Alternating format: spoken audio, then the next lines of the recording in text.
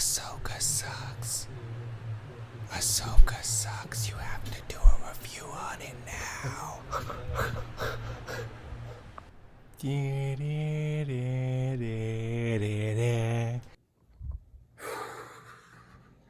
So this is it, huh?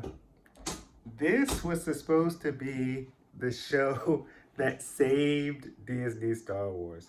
I'm sitting here with my Ahsoka hilts in hand, ready to feel like one of the greatest Jedi of all time, apparently, according to these weird fanboys. I'm swinging them around, jumping with glee, giddy like you've never seen a man of my age before, ready to watch this show.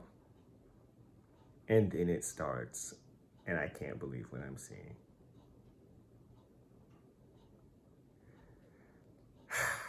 Now, I'm not going to be like one of these idiots that sits here and says that I have hope for every Star Wars show, and I want every Star Wars show to be good. And I think that, they struck out this time, but hell, they'll get them next time. But this time, I'm not going to say it felt different. I did have kind of a bad feeling going into it. But my Dave Filoni Clone Wars fanboyisms, I guess I just let it flow through me. And I deserve every ounce of this bullshit anal fuckage that I just witnessed, because I was stupid. I had a moment of weakness, and I paid the ultimate price for it. The price of my sanity. So let's get into the review. If I were to sum this up in one word, it would be boring.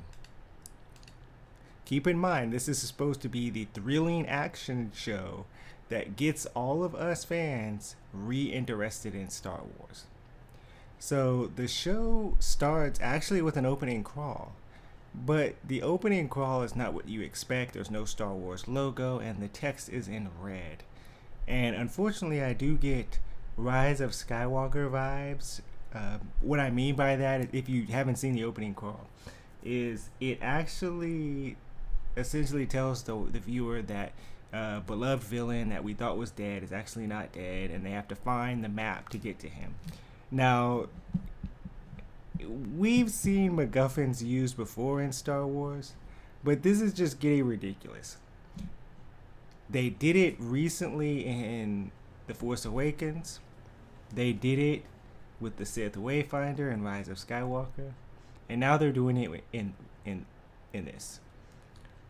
And the way this starts off is like a ripoff of like Darth Malgus's peace treaty at the Jedi Temple, where the main villains show up and they're obviously evil, and they use what's called a Jedi access code. Obvious Trojan horse here. They show up, and then the guy's like, "Hey, you're not Jedi," and then the guy says, "This is like the start of the member berries, right?" He says Ahsoka's famous line, a slightly modified version, but he says, "We are no Jedi," I think, or something like that. And this is all coming from memory. And then they begin to murder like everybody on the ship, and there's the hallway scene. So for some reason, Disney likes spamming hallway scenes too. It's like they only have like 3 things in their playbook, right? And this is a hallway scene reminiscent of Rebels, or is it Mandalorian or Book of Boba Fett? I don't even know. I don't really care. The Luke Skywalker hallway scene in that. Spoiler alert, by the way, for those shows in that movie. I mean, the action is actually decent with them, but I don't care about any of these characters. So I guess it's just a way to show how powerful the Sith are, or dark side users, I guess. And then it cuts to Ahsoka, tracking down the map. She gets the map. The planet explodes, and we get like some crazy Michael Bay-esque scene where she has to run away from a giant explosion. I don't really understand why they threw any of that in there. I don't really care. It cuts away, and then Ahsoka reunites with Hera. And if you don't care about these characters or haven't seen Rebels or Clone Wars, by the way, this is just going to be like, it's gonna have no effect on you. So I have to like cut that part of my brain off when I'm watching this and judge it as a standalone product. And I would have definitely turned this episode off 15 minutes in if I didn't care about Ahsoka or Era or Chopper or any of the previous characters that we've seen before. Of course, there's a hologram footage of the Sith or dark side users, doing their thing, killing, and we're sent on another goose chase, trying to track down who these people are based off of their lightsaber hilts. Of course, this is an obvious attempt to sell us toys. In fact, when you click on the episode, if you're watching this legally on Disney Plus, it'll send you to the store. I'm not kidding. They say Disney Plus users will get special deals. You click on the thing, you might accidentally do it, and boom, you're shot to the Disney store, and they're pushing all this merch on you. And unfortunately, it really takes you out of the episode and the universe, right? It's not immersive at all. It's just like, hey, we can sell you toys. Here you go. There's kind of a lot of nonsense that happens, obviously, in between this. I'm not going to say obviously. But one thing that really pissed me off, it is like straight up foreshadowing. I guess they just think their audience is stupid. They reference Ezra, and then they cut immediately to what looks like an Inquisitor with a mask on, and uses Ezra's fighting style. You guys obviously can figure it out. If you're listening to this channel, you have a higher level of intelligence than 15, a higher IQ, than 15. So you gotta see where they're going with this, right? The masked Inquisitor, at one point he's gonna get his helmet damaged with probably a fight with Sabine that's using his old lightsaber, and she's gonna find out it's just a ripoff of like the Rebels fight with Maul and Ahsoka. It's like most people know at this point, Disney has zero original ideas. And the Ahsoka and Sabine are not on good terms, but she takes the Wayfinder thing and decodes it. And I'm just summarizing the episode because the episode's about an hour long, but a lot of nothingness happens in it. And when she decodes the Wayfinder map thing, a whole bunch of droids show up, and I'm about to sneeze. Oh yeah. Oh yeah. That's 2. Do I get a third one for you? No. Yep.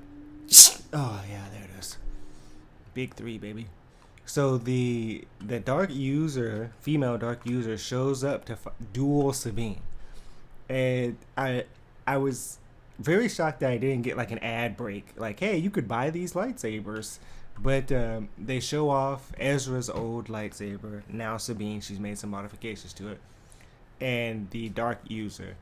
Now Sabine does not get defeated instantly, which I thought she would, but she loses the duel and gets stabbed in the stomach by a lightsaber. So I was shocked. I was like, well, they're going to kill her off. But then I remembered trailers exist. And in the trailer, she's alive and well. So apparently Disney doesn't care about like continuity in any way, because lightsaber stabs don't mean anything anymore. We've seen in the previous series, the Obi Wan show, that you can survive a lightsaber stab to the stomach, chest. I wouldn't be surprised if in the next show somebody gets stabbed in the face or their head cut off and somehow they survive.